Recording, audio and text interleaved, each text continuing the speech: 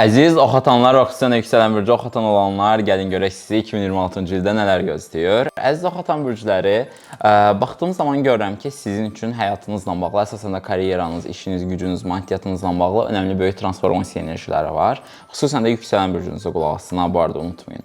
Ailə, ev, yuva və karyera mövzularında köklü böyük dərin dəyişimlər yaşaya bilərsiniz. Bəziləriniz artıq bu dəyişimlər 2025-ci, hətta 24-ün sonlarından başlamış ola bilər və 2026-cı ildə sizin yaşadığınız yer, ev, yuva, ailə və ondan əlavə olaraq karyera və statusunuzla bağlı transformasiya və dəyişimlər gətirə bilər. Bununla yanaşı 9-3 tutulmalarınız olur. Ən sevdiyiniz xaricə gedə bilərsiniz, gəzə bilərsiniz, səyahətlər edə bilərsiniz, yeni yerlər görə bilərsiniz, özünüzü inkişaf elətdirə bilər, akademik mövzulara yönələ bilər, dini, mənəvi, ruhani mövzularda dərin dəyişim və spiritual inkişaf göstərə bilərsiniz. Bununla yanaşı yaxın çevrə, qohum-əqrəbə, qonşular, qardaş-bacı kimi insanlarla da bağlı dəyişim və transformasiya enerjiləri gündəmdədir. Biliklərinizdə dərinlənəcəyiniz və mənəvi olaraq inkişaf edəcəyiniz ya da mənəvi olaraq baxış bucağınızı dəyişdirəcəyiniz önəmli bir dönəmdəsiniz.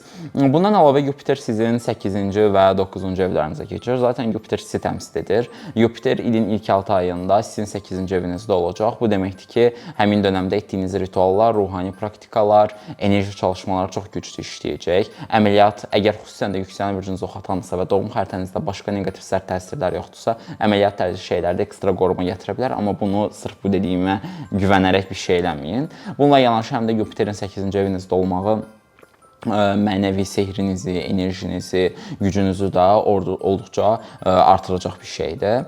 Və Yupiterin 8-ci evdə olmağı həyat yoldaşından gələn qazanc, ortalıq işdən gələn qazanc, tərzi şeylər ya da borc kreditindən yana şans və uğurlar gətirir. Sonrası ilin 2-ci 6 ayında Yupiter 9-cu evinizə keçir. Gəzmək, getmək, səyahət eləmək, yeni yerlər görmək, yeni ölkələr görmək, xaricə köçmək, yeni bir təhsilə başlamaq, mənəvi, dini, ruhani olaraq bəlkimə, güclənmə ya da şəfalanma bu dönəmin bəlkə də gündəmləri ola bilər. Saturnunuza baxdığım zamansa Saturn 4-cü və 5-ci evlərinizdə olacaq. Daha doğrusu 4-cü evinizdən 5-ci evinizə keçəcək. Yəni ailə, ev, yuva ilə bağlı qısıtlayıcı və çətin enerjilər sizin üçün bitəcək. Əgər tam ailə qura bilmirdiniz ya da ailədə çətinliklər çəkirdiniz ya da evlə, yuva ilə bağlı zorluqlar yaşayırdınızsa, ola bilər ki, fevralın 14-dən sonra bu enerji bitsin. Saturnun 5-ci evə keçmək isə sevgi, eşq mövzularında özünə görə bəzi mübarizələr ya da öyrənmələr də gətirə bilər.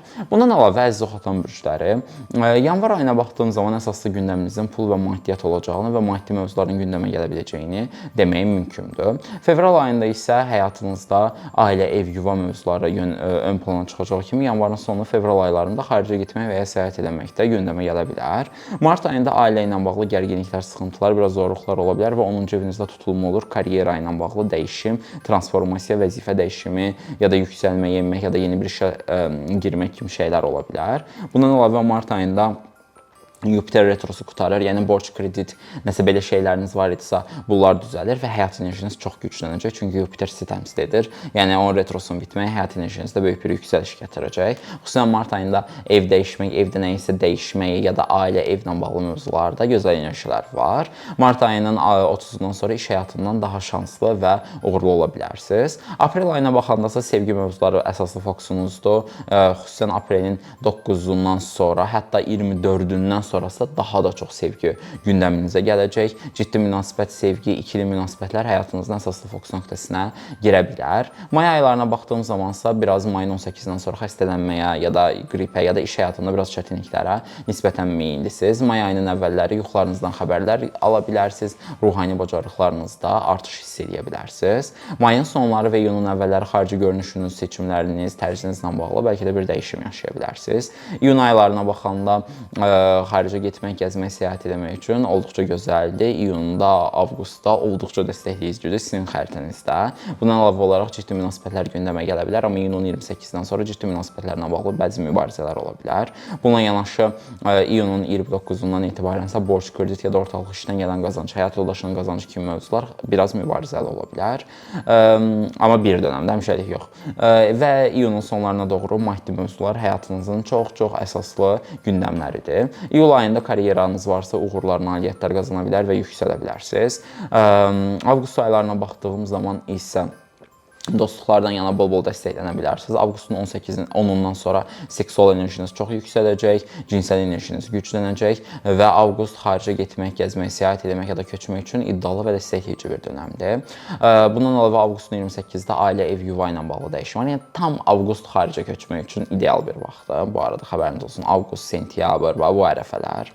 Əgər istəyirsinizsə, sentyabr aylarında ruhani olaraq daha çox diləklərinizin eşidildiyini görə bilərsiniz. Zaman-zaman xüsusən sentyabrın 10-undan sonraki periodda və bundan əlavə olaraq sentyabr ayında karyera ilə bağlı başlanğıclar, uğurlar və gözəl şanslı enerjilər ola bilər ki, sizdən bir yerdə olsun. Sentyabrın 28-dən sonra xarici mövzularında biraz mübarizələriniz ola bilər. Ehtiyatlı olun, qəzalara qarşı diqqətli olun, risklərə girməyin. Oktyabr aylarına baxanda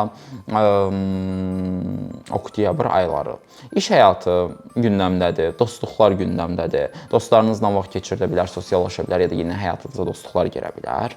Biraz karmalarınızdan qarşılaşa biləcəyiniz bir aydır. Noyabr ayı da olduqca ruhani, spiritual və karmalı bir aydır. Bir damcı çətin keçə bilər, amma genel olaraq bir yerdən sonra ümidləriniz, arzularınız, noyabrın ortasından sonra ümidləriniz, arzularınızla bağlı şanslı enerjilər var və dostluq mövzuları da olduqca gözəldir. 25-dən sonra karyeraya çox yönələcəksiniz, amma biraz mübarizələr verə bilərsiniz. Dekabrın 4-dən sonra sevgidən yana çox da yaxşı bir dönəm deyil. Sizin üçün biraz daha ehtiyatlı olmağınızda fayda var və dekabrın əsaslı gündəmi özünüz, görünüşünüz və pul mövzularıdır. Bol-bol bu mövzulara yönələ bilərsiniz. Əziz oxatanlar, bundan əlavə sizə bəzi sizin xəritənizə uyğun önəmli tarixlər, yəni sizin xəritənizə yox, ümumiyyətlə 2026-ya aid bəzi güclü tarixlər demək istəyirəm.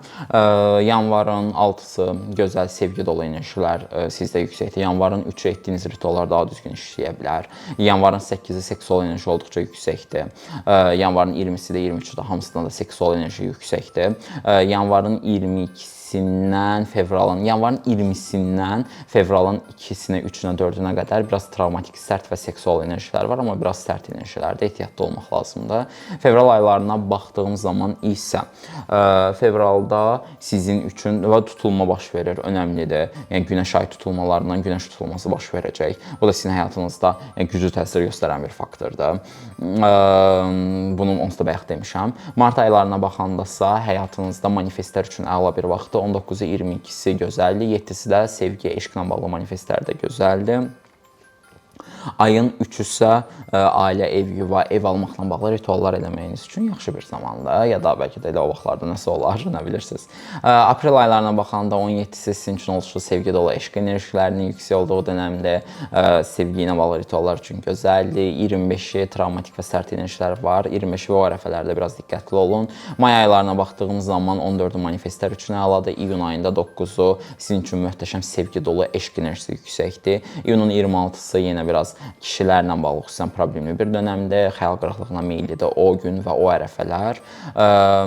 Avqust aylarına baxanda 27-si manifest üçün əladır, 28-i manifest və rituallar üçün əladır. Oktyabrın 24-ü sevgi, eşq ritualları ya da bununla bağlı dualar üçün əla bir tarixdir. Noyabrın 4-ü manifestlər üçün əladır. Noyabrın 9-u rituallar, ruhani praktikalar üçün güclüdür. Sizin üçün ekstra güclü işləyəcək və sizin üçün vəbşə şuuraltı, ruhsallıq, spiritualizm noyabrın 9-u ekstra güclü bir səviyyədədir. Çox qəşəng manifestlər eləyə bilərsiniz. Dekabrın 11-i zaten sizin üçün ekstra, ümumiyyətlə hamı üçün də manifestlərlə bağlı əla bir tarix olacaq. 24-ü də yenə xüsusən sizin üçün ruhani, spiritual çalışmalar üçün möhtəşəm səviyyədə güclü enerjilər işləyəcək. Arzulayıram ki, 2026-cı ilin ən yüksək xeyrinizə xidmət edər, möhtəşəm bir il olar. Videonu bəyənməyi, bəyəndisə bəyənməyi, komment yazmağı, ürəyiniz istəyirsə dostlarınızdan bölüşməyi unutmayın. Sevgi və işıqla qalın oxatanlar.